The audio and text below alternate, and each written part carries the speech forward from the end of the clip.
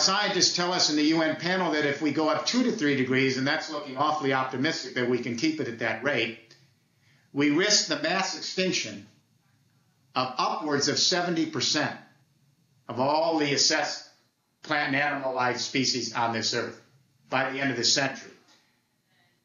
We need to put this in perspective as parents. We've had 5 waves of biological extinction on Earth in the last 450 million years in the geological record, 5 wipeouts. Every time there was a mass extinction of life, it took 10 million years to recover the biodiversity that we lost. As my wife says, we are simply not grasping the enormity of this moment. If we were, we'd be in emergency mode. Now, I advise the European Union. We went to Copenhagen hoping to talk the world into mitigating CO2 at 450 parts per million by mid-century. No one else wanted to even play that game. But then James Hansen threw us a curve. In Brussels, he's the chief climatologist for the United States government and the head of the NASA Goddard Space Institute. He said to Brussels, you've got the numbers wrong. If you think you're going to mitigate climate change to 2 degrees by stabilizing CO2 at 450 parts per million by 2050, the numbers are wrong. His team went under the ocean and they looked at core samples, and what they said is frightening. They said that if we try to mitigate at 450 parts carbon per million, we won't go up 2 degrees, and I want every parent and grandparent to listen to this. We go up 6 degrees Celsius in this century, and this is a paraphrase from the chief climatologist for the United States. The end of human civilization as we've come to know and adopt to it in this century.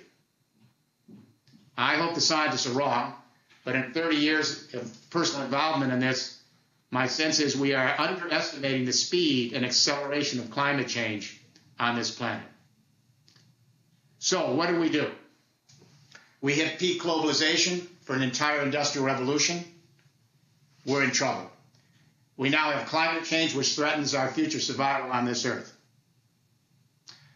What we need is a new economic vision, a new economic plan that can move us quickly to a post-carbon era that's workable both in the developed and the developing countries, that can be put together by government, industry, and civil society over the course of the next 30 years. And we need to accompany this new economic vision and game plan with a shift in human consciousness.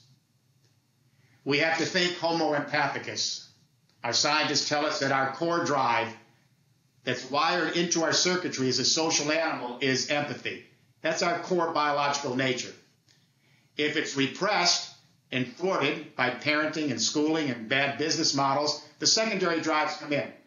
The materialism, the self-interest, the utilitarianism, the predatory and competitive behavior, and the narcissism. But our primary drive, our scientists tell us, is to be intimate and social and empathic. So we need a shift with a new economic vision and game plan, and it has to be accompanied by a new vision of the human race. We have to think biosphere consciousness. We have to see ourselves as our evolutionary relatives across the plant and animal kingdom as our extended family. And we have to think of the biosphere as our indivisible community. And we have to do this in our heart and our mind so that it becomes part of our frame of reference. It turns out that the great economic revolutions in history, interesting enough, are also the great changes in consciousness and extend empathy to broader domains. The great economic revolutions in history occur when 2 things happen.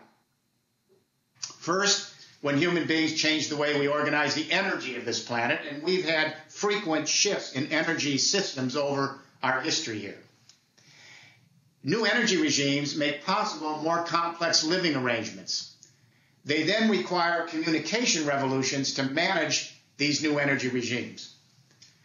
When energy revolutions converge with communication revolutions, when they actually come together, they annihilate time and space, they create new economic eras, and they fundamentally change human consciousness and extend empathy to broader social domains.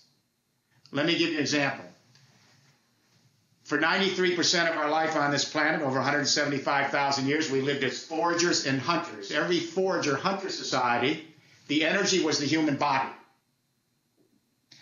And in order to coordinate foraging and hunting, they had to have a communication revolution, which was language.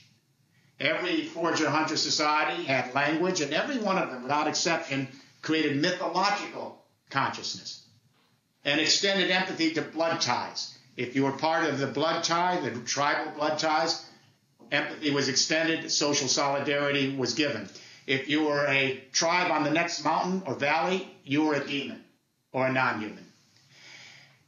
As we shifted to the great hydraulic agricultural civilizations in Mesopotamia and then in India and China and Mexico, we created these great agricultural systems with heavy irrigation canals, very complex energy regimes, stored grain, barley, wheat, rye, storing photosynthesis, storing that energy in grain, and that grain became the surplus to create economic life.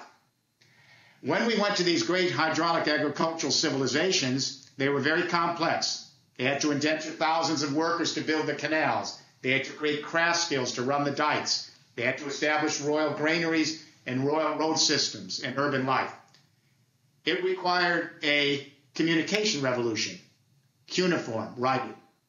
Everywhere we see these great hydraulic civilizations, the Middle East, the Indus Valley in India, China and Mexico, and this is very interesting, independently humans find some form of writing to manage this new energy regime, centralized agriculture.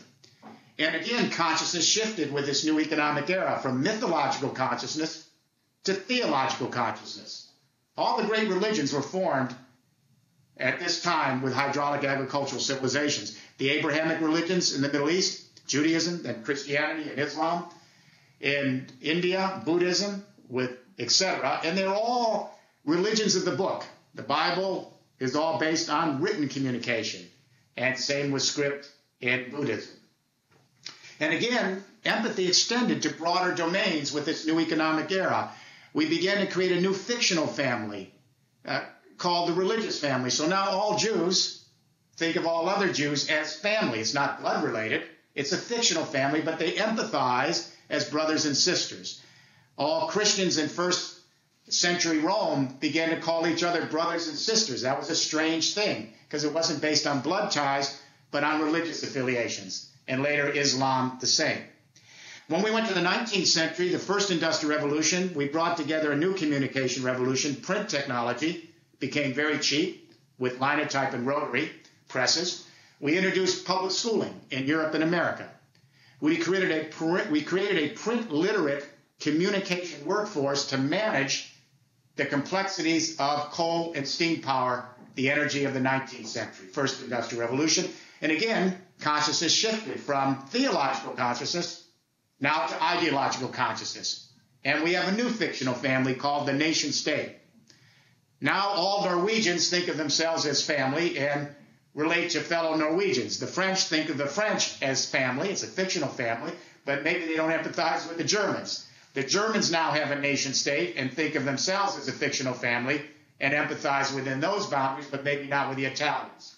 Again, we extended empathy as we moved to ideological consciousness in the 19th century. In the 20th century, another convergence of communication energy, the second industrial revolution, the telephone became the communication medium to manage oil, the internal combustion engine, and the suburban construction era. And we shifted consciousness again to psychological consciousness. We think therapeutically. My grandparents couldn't. And again, empathy extended now to people of like-minded affinity groups. So here's my question as we assemble today for these great peace prizes for business. We have created new economic eras by bringing communication energy revolutions together through history. Forager hunters moved to mythological consciousness, extended empathy to blood ties. The great agricultural civilizations brought together a writing and stored grain and created theological consciousness and extended empathy to those of like-minded religious affiliations. In the 19th century, the first industrial revolution extended consciousness to ideological thinking and empathy extended to national affiliation ties. So the question, I think, for today is, can we imagine a new convergence of communication energy that could extend consciousness to biosphere consciousness, to think as a human family, living in a single global society with our fellow relatives in the evolutionary scheme of things in one biosphere? We are on the cusp, I believe, of another great economic era, a new convergence of communication energy that could create a third industrial revolution and move us to biosphere consciousness in less than a generation. We had a very powerful communication revolution in the last 15 years, the personal computer and the internet. Now this communication revolution is very different than the first generation communication electricity, which was centralized, top down. This new internet revolution is flat, it's open source, and here's the key term. It's distributed, distributed, distributed. Meaning now 2 billion or more people can put a little BlackBerry in their hand and send their own video, audio, and text to all the other 2 billion people simultaneously, distributed with more power than all the television networks in the world, and we did this in 15 years. This internet communication revolution is now converging with a new energy regime to give us a third industrial revolution and hopefully biosphere consciousness. We are moving to distributed energies managed by distributed internet communications. What are distributed energies? Well, let's compare them to elite energies. Oil, coal, gas, and uranium, they are elite energies. They're not found in the backyard. They're only found in certain places in the world, and they require huge military investments to secure them, huge geopolitical investments to manage them, and massive capital flow to organize them. And I don't have to remind you in this gathering today on how many millions of people have died in wars to secure coal, oil, gas, and uranium. The geopolitics of the industrial age is the dark side of this economic era. What are distributed energies? They're energies that are literally found in every square foot of the world. The sun shines across this planet every day. The wind blows across the earth every day. Underneath the ground is a hot geothermal core for energy. Our garbage can be reduced with anaerobic digestion back to energy. In the rural areas, we have agriculture and forestry waste that can be converted to biomass energy. Wherever there's water, we have small hydroelectricity. Where there are oceans, we have the tides and waves coming in and out every day for energy. So these are distributed energies. They're found literally in every square inch of the world. The European Union has developed a 5-pillar infrastructure plan for a third industrial revolution in biosphere consciousness. I was privileged to develop this plan for the EU. It was formally endorsed by the European Parliament in 2007. It's now working its way through the agencies and departments of the European Commission, and in the last 18 months through the member states. Let me outline this. Pillar 1, the European Union has committed itself to 20% renewable energy, distributed energy by 2020. That's a mandate. That's a third of the electricity in Europe. Then we face the question in Brussels, Pillar 2, how do we collect all this distributed renewable energy? Our first thought was, well, go to where there's a lot of sun in the Mediterranean, collect it and send it back to Europe. Or go to where the wind is, the Irish have the wind, collect it, send it back to Europe. The Norwegians have the hydro, collect it, send it back to Europe. Now, none of us oppose centralized solar, wind, and hydro. They're essential, but they're not sufficient. They're transitional. They're part of the plan. But we begin to ask the question, if distributed renewable energies are found in every square foot of the world, why would we only collect them at a few central points?